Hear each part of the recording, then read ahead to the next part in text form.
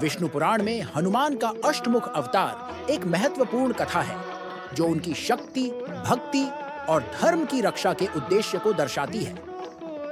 इस कथा में हनुमान की अष्टमुख अवतार की कहानी कुछ इस प्रकार है।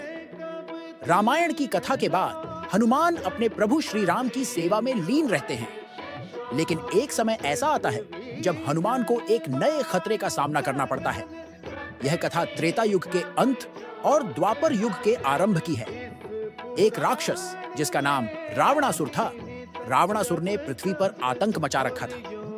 रावणासुर रावण का एक वंशज था और रावण की मृत्यु का बदला लेना चाहता था। रावणासुर ने घोर तपस्या करके ब्रह्मा से वरदान प्राप्त किया था कि उसे केवल 8 शक्तिशाली देवताओं की संयुक्त शक्ति से ही हराया जा सकता है। इसके वरदान से रावणासुर अजेय हो गया और देवता भी उससे भयभीत हो गए।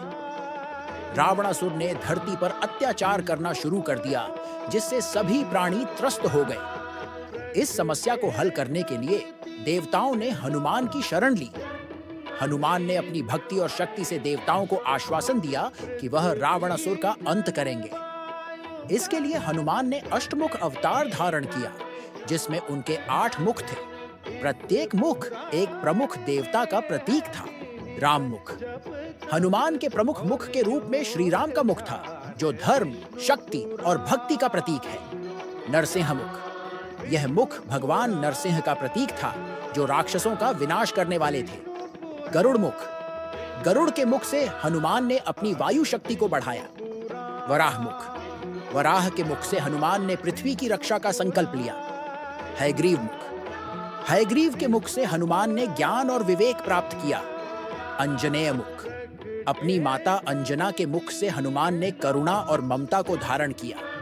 भैरव मुख, भैरव के मुख से हनुमान ने तांडव और विनाश की शक्ति प्राप्त की। गणेश मुख, गणेश के मुख से हनुमान ने विघ्नों का नाश करने की शक्ति प्राप्त की। इस अष्टमुख अवतार के साथ हनुमान ने रावणासुर का सामना किया।